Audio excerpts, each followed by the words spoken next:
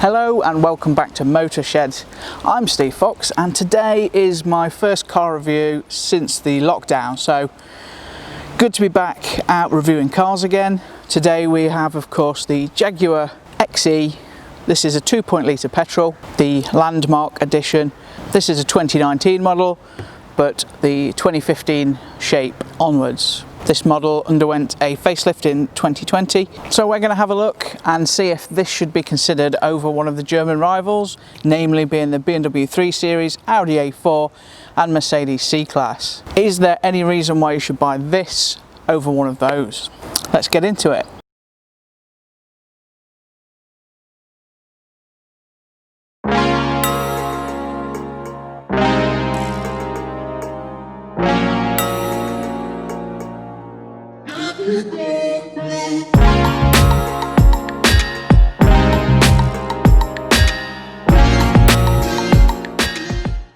So this is of course Jaguar's entry-level vehicle. This goes up against the small saloon cars from the Germans. Jaguar have been making this car since 2015. It hasn't changed an awful lot during that time, although it did undergo a fairly major facelift in 2020. After this model was introduced, the larger XF also followed some of its styling cues. But if you want a Jaguar and you're getting in at the bottom of the market, this is the car. So this promises to be a luxury four-door saloon for your small family that wants something a little bit more luxurious than a Passat or a Mondeo. So in here, the cabin's actually very nice. I like all this contrast red stitching on this model with the red seats. Just gives it a slightly sportier feel. And then you've got plenty piano black plastic like you do in most of Jaguar's modern cars. But in here it doesn't exactly feel like a spacious cabin, it does feel like a small car. I've got to say it does feel smaller than a 3 Series. We'll take a look at room in the rear then, shall we? It does feel quite cramped in here. Not much knee room at all. This is a comfortable driving position for the driver. My head is touching the ceiling. I'm 5'10", so if you're any taller than that, you're really going to struggle back here. And it does feel like a small car. I could almost be in the back of a Mini. Where has all the space gone? It may be the styling cue, the way this roof slopes back. No way are you getting 3 people back here in comfort, especially if I'm in here. But yeah, this middle seat, that's bad. That is really bad. I can't remember the last time I was so uncomfortable in the back of a saloon. There's nowhere to put my legs. You've got this massive bulk in front of you and there's absolutely nowhere to put your legs. It's not deep enough to place your feet on top of it, so you have to have one either side, which massively restricts your side passengers' footroom. And yeah, any speed humps, you're going to break your neck. The room back here is abysmal. You don't exactly get any passenger comforts either. I have a 12-volt socket. That does nothing. Looks like it could maybe house an ashtray. Oh, you got some storage there for a phone. Some vents. No control over the temperature or anything. Nets in the back of the seats. Central armrest, as basic as it gets. A couple of cup holders. Nothing in the back to be impressed by. So let's see if it gets any better in the boot. Well, the boot capacity is, and yeah, it's not huge. Not much going on in here either. You've got a couple of tether hooks either side. This one's got the additional floor mat, which is nice underneath it. Not much, just the battery, a tyre inflator.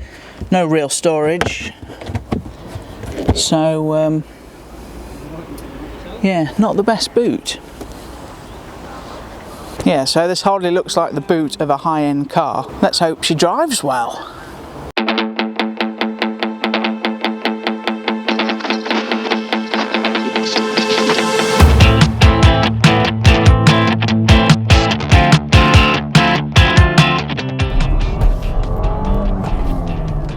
Oh yeah. Follow the course of the road for 5 miles.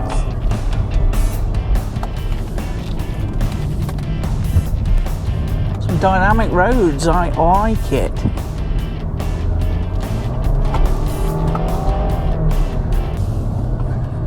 Well, that little 2-litre petrol engine is certainly peppy enough.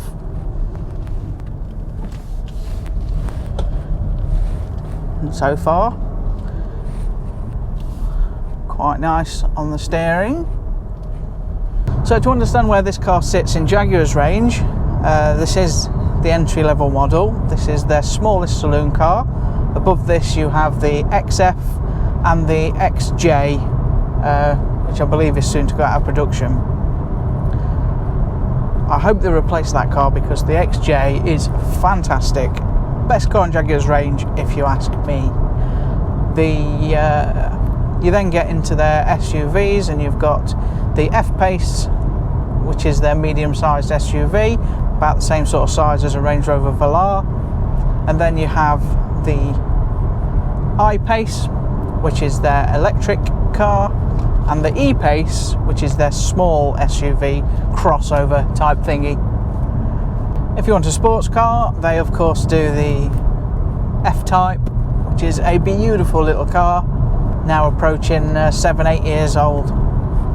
So far I am liking the way it drives. It does feel quite nice. The brakes are very responsive.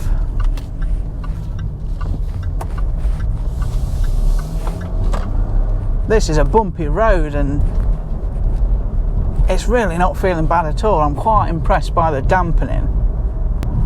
So yeah, this is a 2-litre 4-cylinder petrol engine in this model. Of course there are other engines to choose from as well, like these ones.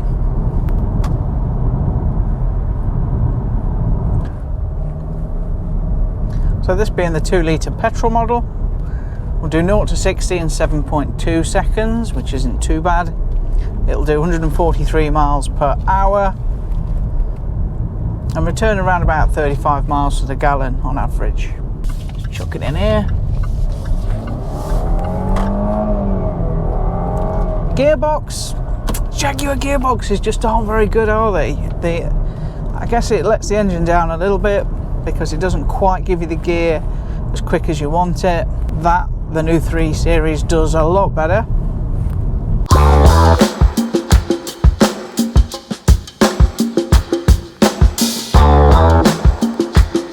In terms of the way it drives, I would probably put it in between the Audi A4, Mercedes C-Class. I think they're pretty much on a par. Between them and the 3 Series BMW, I think this would sit. So I think it's slightly better to drive than the Mercedes and the Audi, yet not as good as the 3 Series, but the new 3 Series is a superb car. I'll put a link to that video at the end of this one if you haven't seen that car yet. So in terms of toys in here, you really don't get an awful lot. I've got a nice central screen,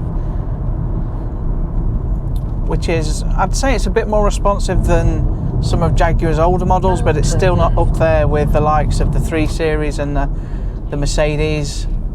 Yes, you've got satellite navigation, all pretty standard these days. You've got heated front seats. The facelift model has quite a few revisions for the interior, including your LED clocks and that sort of thing, bringing it up to date. But this is the 2015 to 2019 model, so I guess to be fair this should be pitted up against the outgoing 3 Series, in which case I would probably go for this one.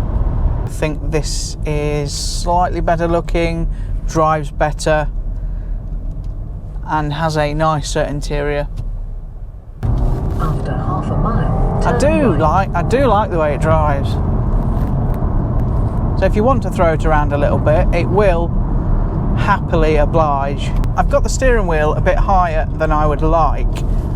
I would usually like it a bit lower down, but if you do that, you cannot for the life of you see what speed you are doing. So I've had to raise it a little bit in order to actually see how fast I'm going. So now I kind of feel like I'm hanging off the steering wheel rather than, you know, having it at a nice comfortable position. You do get a bit of wind noise, I have to say, from here, and a bit of tyre roar. It's quite prominent, but I can put up with that sort of stuff if the ride is good, and this is.